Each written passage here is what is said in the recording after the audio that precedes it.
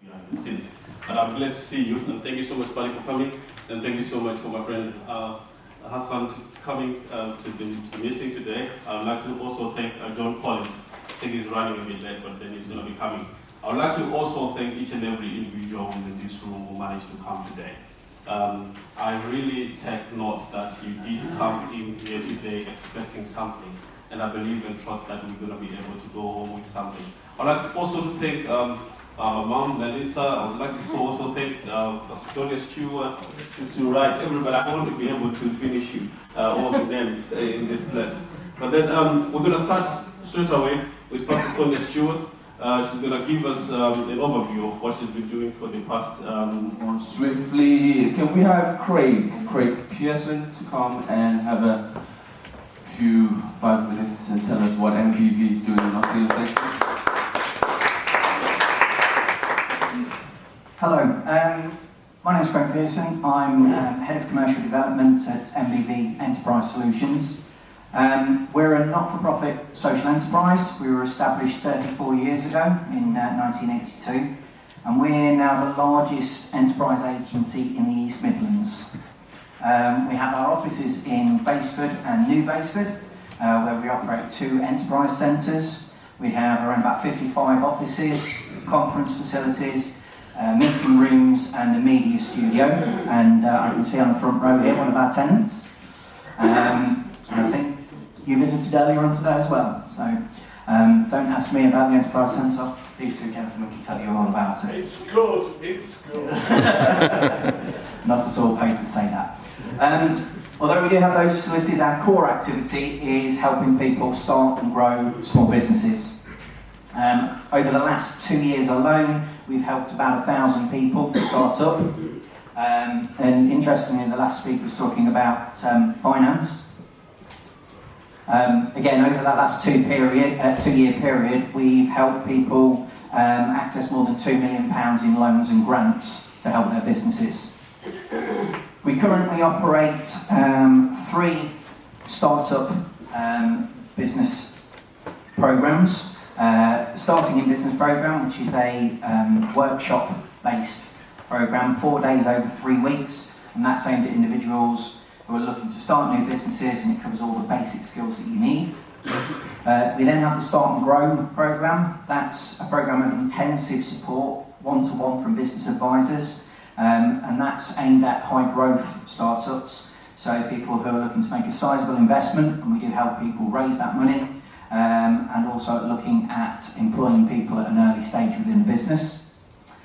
We provide startup loans up to £25,000 via an unsecured loan at 6% over 1 to 5 years. And also for established businesses, we offer a program called Business Assist, which provides expert impartial business advice, again from our business advisors. And also we operate a grant program, so grants of up to £2,500 for specific projects at a 25% intervention rate. So that means if you're spending £10,000 on a piece of equipment or some consultancy, we can only get £2,500 of that back. I have got literature. I've bought sort of a bag full at the back, and I'll be hanging around if anybody wants to come and have a chat and go into a little bit more detail about what we do. Thank you very much. Thank you, Craig. Now we're going to move on. I'd like to invite the CEO of First Enterprise to come and say a few words as well. Give him a round of applause as he comes through. Thank you.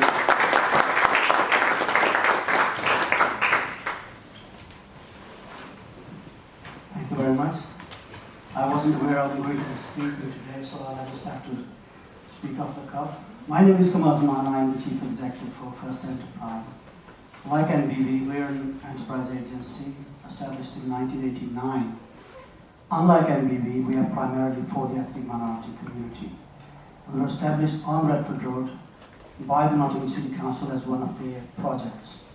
And our role was to help ethnic minority, primarily Asians and African Caribbean people, to get into self-employment. From Redford Road, we now moved on to Sherwood Rise, where we have office space to rent. But most importantly, we actually support people a lot more these days with loans. Now, We are the main providers of startup loan in the East Midlands. We have sanctioning power within our own organisation. We can sanction up to £10,000 here and then. But also we lend from £3,000 to up to £50,000 to businesses that can't access finance from anywhere else. And on an annual basis, we probably lend about £3 to £5 million. So there is money available for young entrepreneurs from the ME community to come. Just come to us. We will help you with business planning. We'll help you with accessing the finance wherever it is appropriate. We also run the City Council's Creative Quarter Loan Fund, which is based in the Creative Quarter. Again, that is at 6% interest up to £25,000. Our own loan fund covers the East Midlands, so we operate from Nottingham, Derby, Lincoln, Northampton, Leicester. And within all that is the business support element. So when you come to us, it isn't just about you coming to us with an application, but we'll help you develop your business plan, develop your business idea, help you with marketing, and then give you some finance to start up with. But then also, from there onward, we'll provide the mentoring that is necessary for you to make sure over the next year, 2 years, you have a friend that you can talk to, a friend that can help you to get your business to the next stage. So anybody wants to talk to me, I'm in the room, please do that. And thank you very much.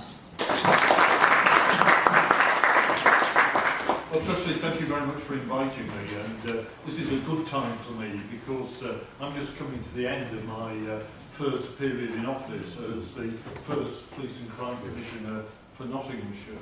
And one of the first things I did, one of the most sensible things I did, was in the early days decide to ask the Black and Asian community what they thought of policing in Nottinghamshire.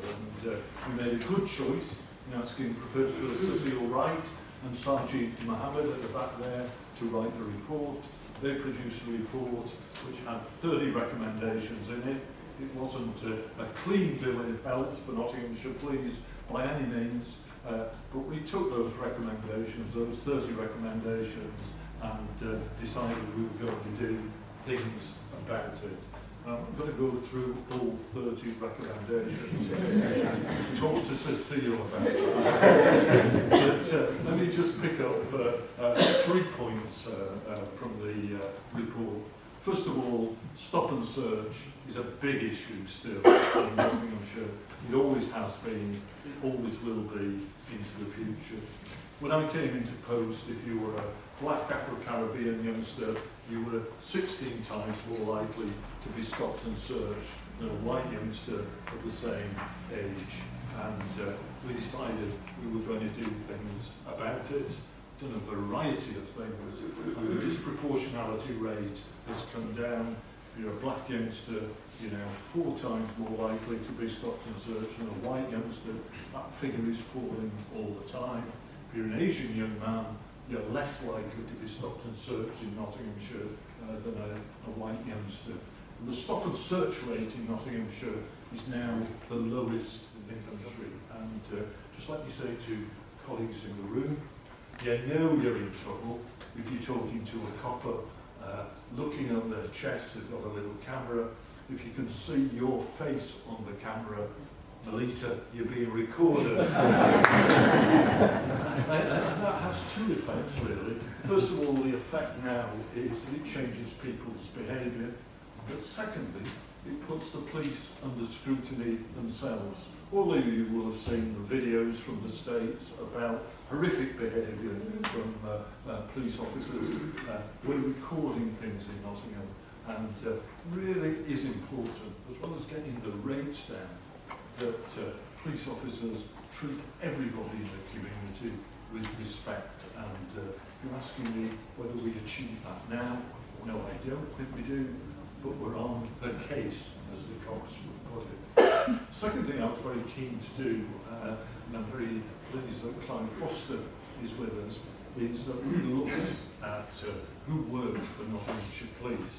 It just seems to me that our police force ought to represent the communities they serve. In rough terms, 11% of the population in Nottinghamshire come from a BME background, but just 4% of our officers are from that background. situation is even worse when you look at Afro-Caribbean officers, and that you can count them on the fingers of my hand. And John Collins has been very instrumental over a number of years in driving the situation forward. Last time we recruited officers in Nottinghamshire 18 months ago, 14% of all new appointments were from the Black and Asian community. Now 8% of our special constables are from those communities. And most importantly, we run a cadet scheme to introduce young people into the police aged between 17 and 21. 26% of those are from the BME community. And how have we done it? Well, we've done it because I've been listening to people in the room. People like Clyde and Safta have worked really hard with us to persuade people, first of all, to consider joining the police, secondly, to encourage them and mentor them, and thirdly, to give them the resources to pass the examination. So we're moving, but we've got an awful long way to go. The final point I wanted to make was around hate crime. Again, I'm very pleased that people here from Nottingham citizens, a number of people from Nottingham citizens here, they produced a report getting on for 2 years ago around hate crime in the city. We're already working on it. We're determined to do more. And it just seemed to me that we've got to push up the rate of reporting of hate crime. And I'm really pleased to say that working with public bodies like the City Council, reporting of hate crime this year compared with last year is 11% up. But there's still an awful long way to go. Michael Henry, just a couple of hours ago, in that amazing centre at Baseford, let me get the plug in again. I'm on commission, and Michael now has another project to help us take it forward. But it's not just the third sector that needs to do it, it's working together that needs to do it. The City Council itself has put extra resources into this area. I'm particularly interested at the moment about anti-Muslim sentiment. Look, I read the papers carefully. I look at what the Daily Mail has to say to us. You know, 1 out of every 5 person from the Muslim community supports terrorism. It's nonsense. It's nonsense. And in a time where refugees are fleeing all over the world, we've got to make sure that we've got sensible policies towards new entrants into this country, and be really keen to look at anti-Islamic sentiment. Post Paris, there have been incidents of Islamophobic behaviour in Nottingham, but not a big increase. There has been an increase, not a big increase. I'll just tell you, somebody was jailed for 3 years just last month for behaviour of that kind. And we're now in a position to separately record Islamophobic behaviour, and we need to go forward. So I guess finally I just want to say this. I know John Collins listens, I know the City Council listens, a number of long-standing colleagues from the City Council here. I get earache from people in this room, and I don't worry about that, because the only way to change is to get out and listen to people, because people don't make things up. We've got to hear the voice of people in Nottingham, and as civic leaders, we've got to respond to that. Nottingham's a great place. I live in Nottingham. I live in the inner city of Nottingham. I live in the posh end of Snowton. Some people call it Baker Street. When my kids go to the Nottingham Academy, I picked them up from school just yesterday afternoon. It gives me great pride to be standing in the queue with the other parents, the other grandparents, hearing different languages, talking together, making sure that their kids come to our kids' parties, And at the end of the day, we don't want very much, do we? We don't want very much. We want proud communities, strong communities, communities where wherever we come from, we can be sure that our kids and my grandkids get a better deal than what I've ever had. So thanks for having me. Would I first of all thank both Vivian and Trustee.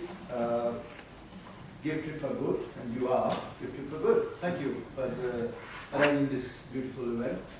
And if you, I would say, if you don't speak for yourself, nobody else is going to. So, I think, thank you. Look, over the last few years, have we not seen this beautiful city of ours changing in a big way?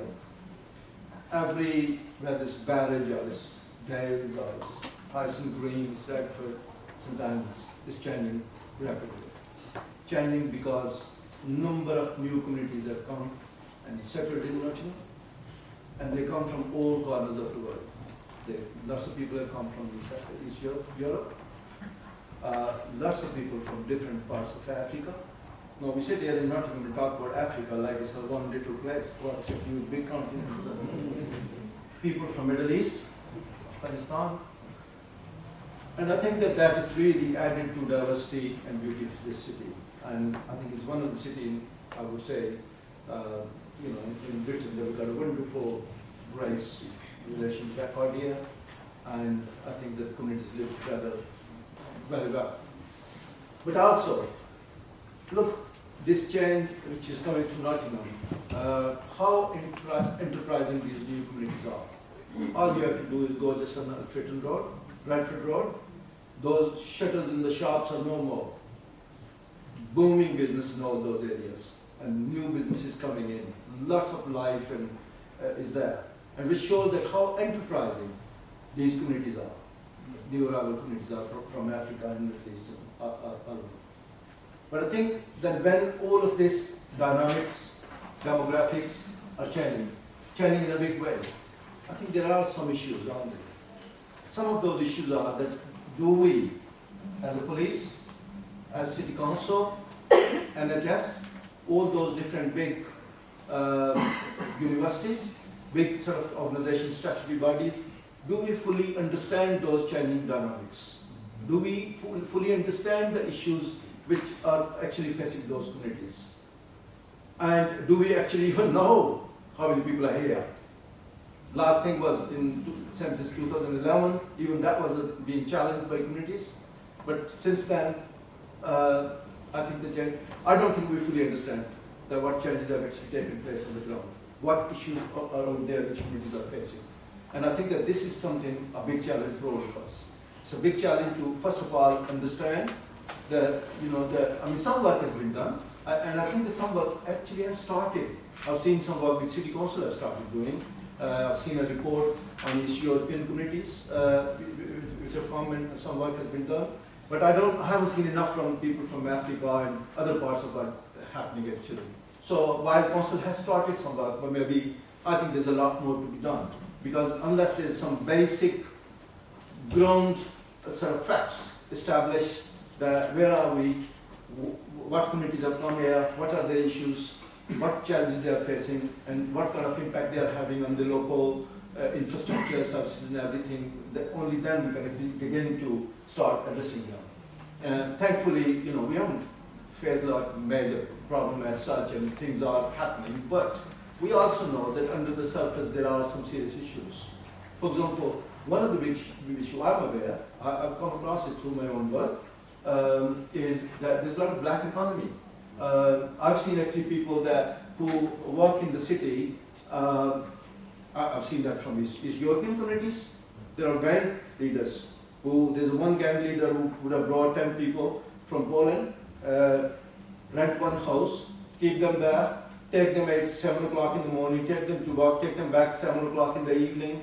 That's it. None of them can speak a word of English, cannot communicate, and they're excellent workers, good skills, can't communicate, can't integrate, have no independence. I doubt if they're paying any national insurance, and I doubt that they're subsidizing anywhere with the HMRC. And there are issues like that. And I think that, this is where some of these issues really we need to start understanding. And some other issues which the communities are facing. Well, being a member of a black community in Nottingham, I would say we've been through this. We've been there. We have seen all. I came to this country. I know that when we started doing some volunteer work and started getting engaged, what kind of issues and problems we faced, I faced. And we have learned a lot from all of that experience. But now, I think that it's my duty. I think that it's the duty of the big service providers and other statutory organizations that now we need to help our new arrival communities, the communities who are coming here, because they are bright, they are young, they are enterprising, they are raring to go, they are youthful. We need to really engage them in such a way that they become, very productive part of Nottingham and part of our society. So, what are the main areas which I think, and this is all I'm talking through working with the community and talking through the community that, the kind of issues they face. I mean, first one I would say that the development of VCS amongst new communities. So the work we Trustee Engineering are doing, and there are a number of other community organizations already within the new emerging communities, they need support. They need support so they can establish themselves. We need to help them to build their capacity. So they can play that kind of advocacy role. They can speak out loud and say that what their issues are, and also try to provide solutions in partnership with others. And I think that that's one major issue I would say that we together we need to address. Also, I think that not for everybody, because some people have come from some countries where English language is not a big issue. But then there are a number of other countries where English language is a big issue. And I think that language is another big challenge. I would say that because given the government's cuts nowadays, ESOL funding has been cut and reduced, and there are serious challenges. A lot of people are not even at entry level, And for example, if somebody comes to my college and wants to enroll, I don't have anything to support them unless they're at entry level. Some people are at a very basic level, pre-entry level. And I think that that's where, and then their children, how they have got affected, how they live with other local services, with schools, with their hospital, with their doctor. There are all sorts of serious challenges people face. So I think the language is one major issue which we really need to address and need to support and need to understand it better. Jobs, of course. People do need jobs, people are here. And I think that that's where we do have actually, thankfully, and thanks to City Council, one of the local authorities, I would say actually in the country, which has made employment and jobs and skills development is priority number one. And they have actually, they're supporting, City Council is supporting jobs, Plus is also working, but they are actually supporting lots and lots of initiatives throughout the city. My organization does that, and I know there are a number of other organizations do that to help people, support people into employability skills, freshen up their drawing skills, their English language skills, whatever, and try to help them get into jobs. So that's another major challenge. But third one, and you heard my colleague here, the solicitors, talking about entrepreneurship. And one of his colleagues is doing a PhD in Leicester University in entrepreneurship. A lot of people want to set up their own businesses. And we heard two agencies here, MBB and First Enterprise. I think that that's where we need to engage them closely with new communities, so we can help to those people who want to set up their own businesses and create self-employment in the cities. Also, one of the things I think is happening is that I know that a number of community organizations which are just starting up, they're all looking for buildings. Difficulty is going to be that not everybody is going to get buildings. And again, I say we've been through this, right? I think that we are supporting at the moment one of the initiatives, and I know you are looking at identifying a building and you want to get that as well. And we are supporting that at the moment. We need to create some kind of hub. A hub where we can support a number of people, users who can come and work together and get different kind of support. And I think that that's something which is achievable. And we will certainly, through my organization, we are certainly supporting that initiative, and we will do where people can actually get together. I know people previously have been working with other number of organizations, people are supporting them, but people like to have a space of their own kind of thing. So while we can't provide too many buildings to every single organization, but we can certainly have one single hub and space. So I think that that's another one we really need to look at. And some of the stuff, I think that we, like I said in the beginning, that some really basic research also needs to take place to understand the whole dynamics and whole issues of new community, because unless, as I say, we understand that. So really, I wanted to, I know I've been invited from my college and I wanted to talk about college a little bit, but I really wanted to also talk as a community activist that, what issues the new brothers and sisters from new communities are facing and how can we actually support them, how can we actually, do that journey together. As against my own college, just to finish, I mean, we are a community college. We, I think that somebody said here, I think it was one of my colleagues, that education is good, but training. And I think that we actually obviously specialize in training. We provide training across the board, from all construction trades to childcare to fashion and design to business development to all sort of areas. And I think that we run a number of venues in the city. And obviously that's where we would like to engage at individual level with individual members of the community to see what sport we can do. And there are a number of other colleges, very good colleges. Universities, of course, we've got 2 universities, we're very lucky. And I think it's all there. It's all about an engagement. How do we engage? How do we make sure that we pick up the best option? I think the last couple of contributors, I won't bother with the microphone, but what I would say is, so I actually do what I call leader listens events, and generally I do those geographically, so we'll go to a particular part of the city and we'll do a walkabout in the area. Or neighbourhood action officers will have done leaflets, and then various numbers of people turn up. Sometimes it's a big crowd of people, sometimes it's me and 2 other people having a bit of a conversation over a cup of tea. But we've not actually done a meeting like this before, and this is really good, so I'd like to thank Trusty for organising it.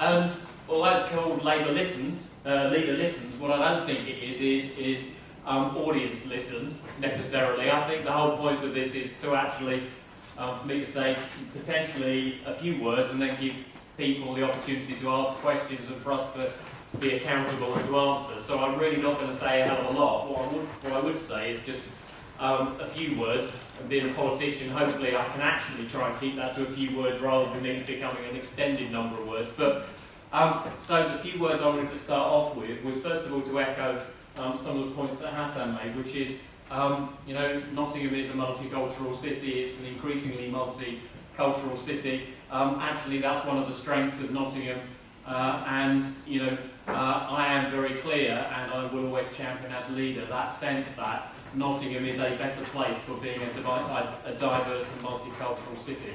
Hassan rightly points to, there are parts of this city, when I first came to Nottingham in the, 1980s, early 1980s, where you used to go down the street and there were boarded up shops, and there was that sign of dereliction, and you didn't see people around. What you get now in many of those areas is you get that sense of a thriving community, you get that sense of diversity, and you get that sense of people who are in an entrepreneurial way trying to make their way and trying to be successful. And it's part of what the City Council needs to do is to understand that the city is changing and changing rapidly, to embrace that, to support it, but also to set something of a framework around it. And I do think it's important that the authorities, that's ourselves, the police, the health service, others, are clear that it is our responsibility not to do things for everybody. It's not our responsibility to tell people what to do, but it is our responsibility to say and to articulate a kind of framework in which we think the city needs to run and operate, and that is, about respect for each other. It is about that sense of communities working together. It is that thing about saying, we want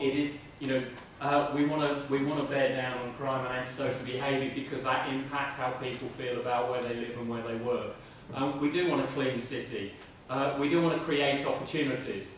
But actually, some of that is, you can get to a position, and I think we've got to be careful not to do this, where people kind of look to the authorities and say, you know, it's all down to you. If I've got a problem, it's down to you. If I'm looking for a solution, it's the solution that you provide for us. And actually, that's not where we are. That's not where we should be. And it's frankly, it's not where we can be. We need to work in partnership. So, you know, that's all of you. That's people living in the city. That's the agencies and organisations. That's those of us who are elected to make decisions. It's about us working in partnership. And it's about us trying to create collectively the kind of society that we want to see. These are challenging times, and they're challenging times for a variety of reasons, but one of the reasons is undoubtedly that, you know, the amount of money that local authorities have and the police have year on year is being cut. It is a matter of fact, it is not a matter of conjecture, but it is a matter of fact that the poorer areas of the country are suffering the biggest cuts. It is a matter of fact that the further north you are, the more urban you are, the larger the reduction in public funding to those areas. And you know what? We make that case, we tell people about it, but fundamentally we have to get on and deal with it as public agencies, because the last thing that people in this city want to hear is a bunch of politicians constantly complaining about their funding challenges and using that as an excuse for not being able to do things. So what you won't hear from me or from my colleagues on the council is that sense that you know, we are so short of money, we can't possibly do anything.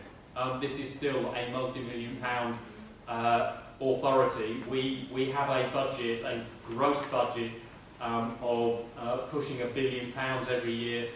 We have a net budget, I have to say.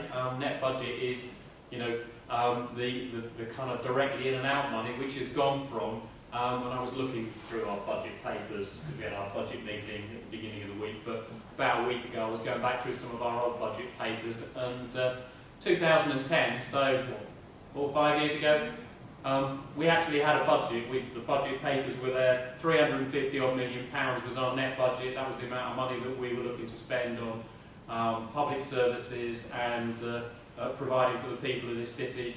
On Monday, we agreed a budget where the equivalent figure was 244 million. So that's the scale of it. Actually, we've had overall, if you take into account inflation, 150 odd million pounds out of that 350 million pound budget is no longer with us, and it's not because all you lot, you know, are paying any less, because the council tax goes up every year, and you know, frankly, we have little choice but to put the council tax up. It's not that business pay any less, because they don't. Business rate goes up every year.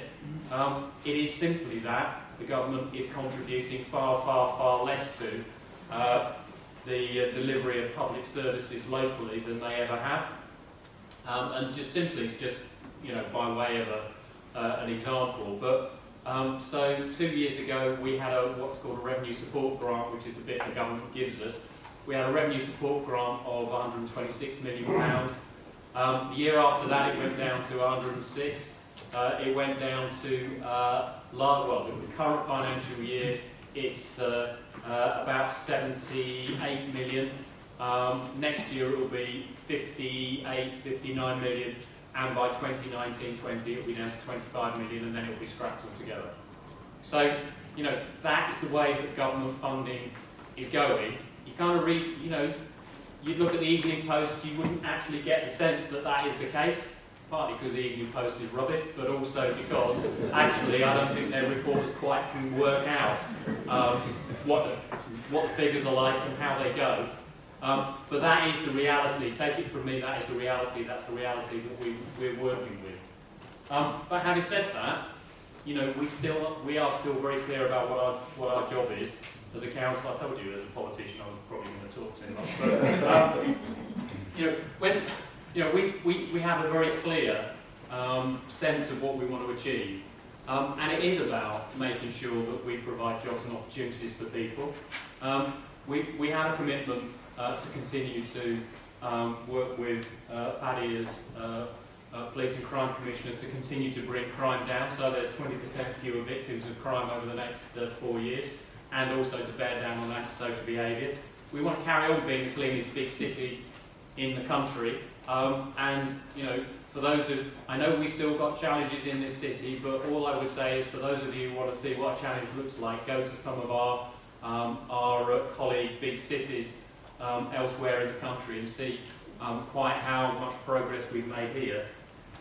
We do want to make sure that we're driving up education standards and working with our schools, even though the government is taking all control of schools away from councils like ourselves and making all schools independent, but we still want to work with schools to make sure that none of our schools offer anything less than good or excellent education at the end of that 4-year period, and we will continue to work with them and put money into providing support for them, even though we have no actual powers or control over them in the future. And we are very clear that we need to build houses. There are challenges both in terms of the quality of housing in this city and in terms of the numbers of houses in this city.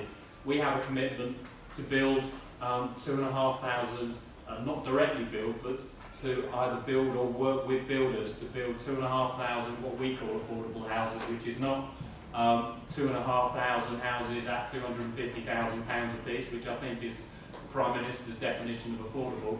Our definition of affordable is actually £150,000 maximum, but also it's about us building properties for rent, either as council houses or through shared ownership with housing associations. So we're clear about all of that.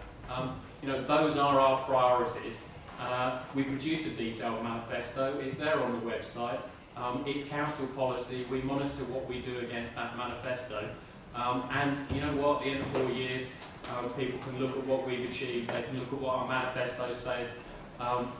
We're honest. We try to be honest with people about what we've been able to achieve and where we've had the challenges and what we haven't been able to do. And we actually say to people, that's our record. There's the ballot box. You make your own decisions about whether we're fit and proper people to elect for another 4 years. And that's pretty much it, really. I'm sure that there'll be some questions about all kinds of things, but I'm sure there'll be questions maybe about employment, about equalities issues, potentially about voluntary sector funding. If I can just get my retaliation on that in first, all I would say is that I've explained where we are in terms of the budget. That is Hello, sir. How are you doing? Good to see you. So,